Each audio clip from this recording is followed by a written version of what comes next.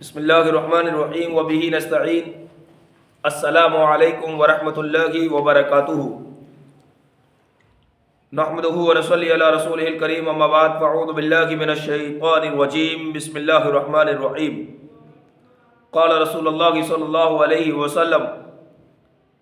الدین یسر صدق اللہ العظیم وبلغنا رسولہ الامین المتین الکریم ونحن علی ذلک لمن الشاہدین والشاکرین والحمد للہ رب العالمین۔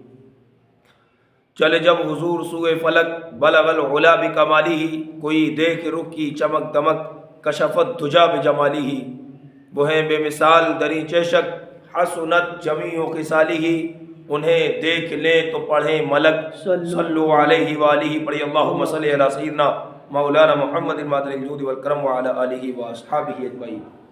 محترم سامعین و حاضرین، اللہ تبارک و تعالیٰ کا فضل و احسان، اس کا شکر، اس کا کرم کہ اس نے ہمیں اور آپ کو اس بابرکت اور با مقصد محفل پاک میں حاضر ہونے کا موقع عطا فرمایا۔ ہم اور آپ دین اسلام کے ضروری مسائل سیکھنے اور سکھانے کی کوشش کرتے ہیں۔ اللہ تبارک و تعالی ہمیں اور آپ کو مذہب اسلام کے قوانین پر عمل کی توفیق عطا فرمائے اور زیادہ سے زیادہ ہمیں دین کے ضروری مسائل سیکھنے کی توفیق عطا فرمائے۔ محترم حضرات، آج کی ہماری گفتگو کا عنوان آداب مسجد، یعنی مسجد کے آداب۔ سب سے پہلے تو میں آپ کو یہ بتانے کی کوشش کروں گا کہ مسجد یہ اللہ کا گھر ہے، اور اللہ تبارک و تعالیٰ کا پاکیزہ گھر، مقدس گھر، اور ایسا گھر دنیا میں نہ کوئی بنا ہے اور نہ قیامت تک بن سکتا ہے،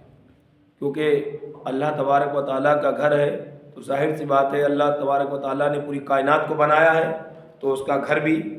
تمام دنیا کے گھروں سے بہتر ہوتا ہے اور انشاءاللہ قیامت تک بہتر ہی رہے گا۔ ہمارے معاشرے میں ایک بہت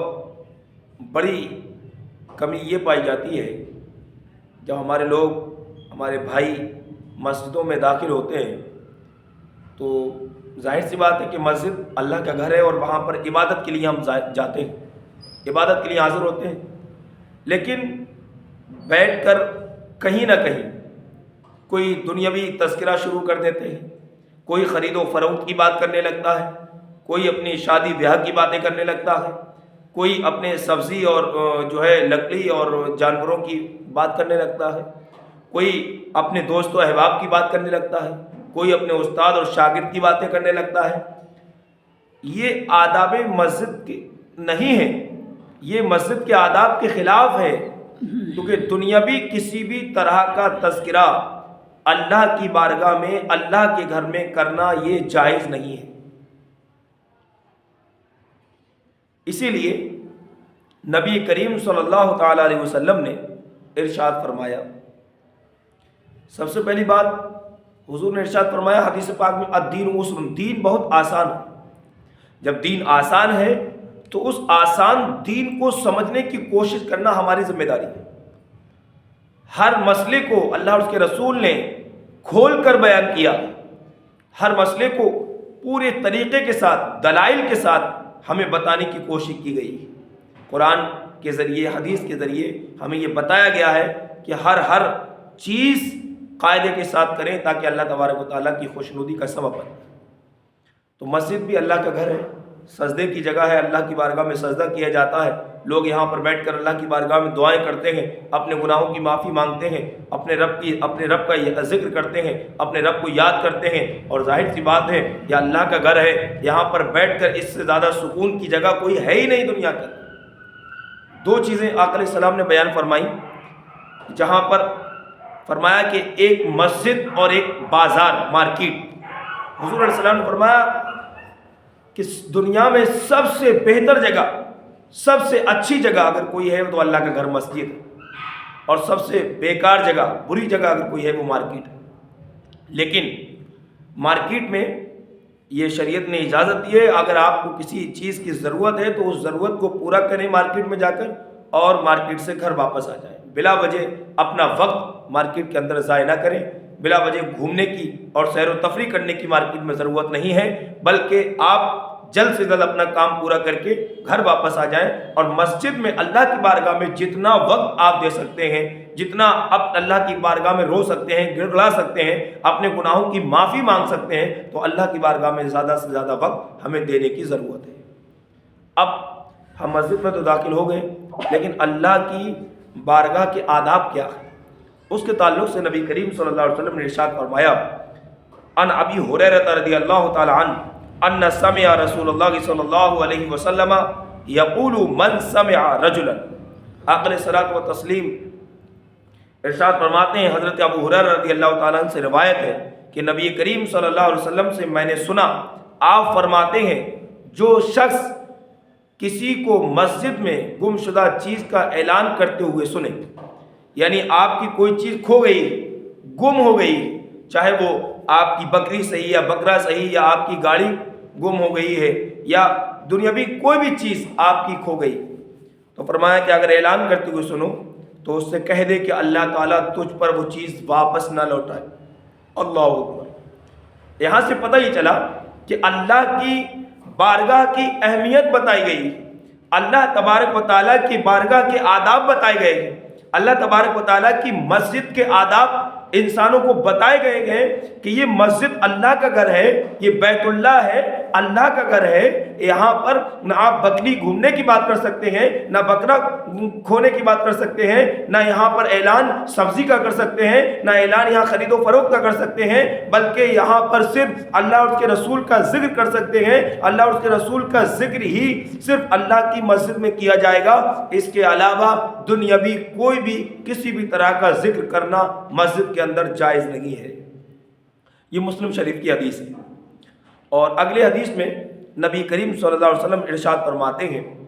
یہ بھی حضرت ابو ہریرہ رضی اللہ تعالیٰ سے روایت ہے اور یہ ترمذی شریف کی حدیث ہے، فرماتے ہیں جب کسی شخص کو مسجد میں خرید و فروخت کرتے ہوئے دیکھو، یعنی آپ بیٹھے ہوئے ہیں مسجد کے اندر اور آپ نے کھیتی باڑی کی بات کر دی، سبزی خریدنے کی بات کرنے لگے، یا کسی بھی طرح کی خرید و فروخت، یعنی آپ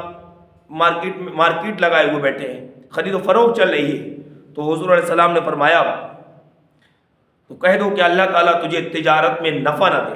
آپ ذرا اندازہ لگائیے کتنا بڑا مقام ہے اللہ کے گھر کا، کتنا بڑا ادب بتایا گیا ہے کہ یہ اللہ کی بارگاہ ہے، یہاں ادب ملحوظ رکھنا چاہیے کہ یہاں پر آپ تجارت کی بات نہیں کر سکتے، اور جو تجارت مسجد میں بیٹھ کے آپ کریں گے تو حضور نے فرمایا کہ اس میں نفع نہیں ہو سکتا، اس میں فائدہ نہیں ہو سکتا، وہ فائدے کی سودا نہیں ہے، کیونکہ فائدے کی سودا اس لیے نہیں ہے کہ تجارت کرنے کا یہ مقام نہیں ہے، یہ جگہ صرف اللہ کے ذکر کے لیے چنی گئی ہے، اس مسجد میں صرف اللہ کا ذکر کیا جائے گا، اللہ کو یاد کیا جائے گا، یہاں پر تجارت اور خرید و فروخت کرنا جائز نہیں ہے۔